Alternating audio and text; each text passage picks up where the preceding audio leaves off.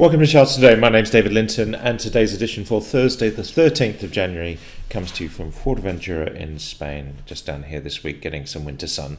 So we're starting to see more red on the screen today. So markets still struggling. Interest rates fears is certainly weighing heavily.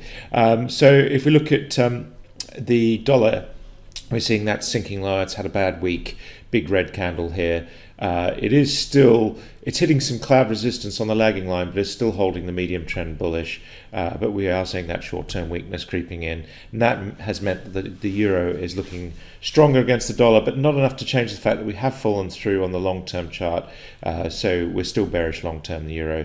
Sterling has been a real beneficiary of this dollar weakness and rising back above the cloud, finding support on the cloud long-term. Interest rate expectations in the UK coming back to the 4, just below the 120 level against the euro, but still looking very bullish there and on the verge really of making new multi-year highs, so that's quite significant. Bitcoin is sitting steady in the low 40s, probably finding long-term cloud support. 40,000 was the floor, and we are short-term bullish with some upside targets, not massive, but we will get a thrust target if we continue this recovery, so off the low, so that's quite significant. The S&P 500 index was up slightly yesterday, but the futures are lower. We're still not really looking good on that short-term chart rolling over, and we're seeing the futures down slightly. If you look at the NASDAQ future, for example, we are back above the cloud on the future, but we really have been range-bound now on the NASDAQ for the last several weeks, as we're seeing in the daily cloud here. We're looking at Europe. We're down about 0.25% in Germany this morning. Again, a real seesaw on European markets over recent months. So just flatlining for most of the end of 2021 and not really breaking higher. Normally we'd see that Santa rally kicking in, just not happening there.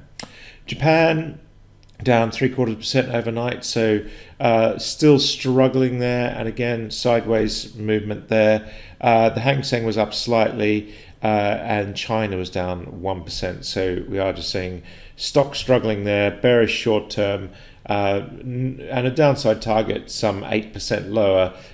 This bigger 12% target not yet activated, but just watch for a breakout of this range, either to the upside or the downside.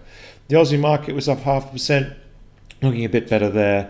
We'll look at the energy mix in a minute, but we're seeing most commodities suffering this morning. Wheat down 0.5%, gold sitting at 1820. As long as it holds this 1800 level, looks pretty good for a push higher out of this long consolidation phase.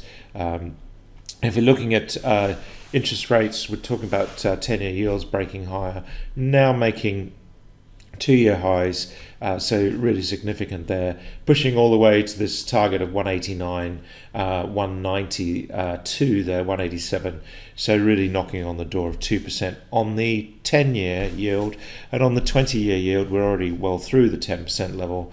We're not making new highs there, but interest rate expectations are weighing all the time.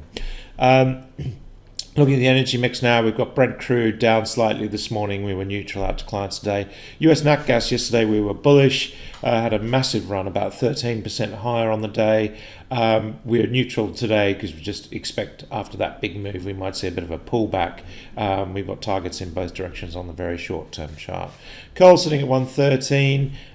This $100 mark is really the key for coal. Emissions been teetering with this 80 euro mark this morning. They were below 80 euros. We're back above 80 euros. Keep watching those targets there. And if we look at the gas markets, we're seeing TTF all over the place this morning. It's been up and down like a yo-yo.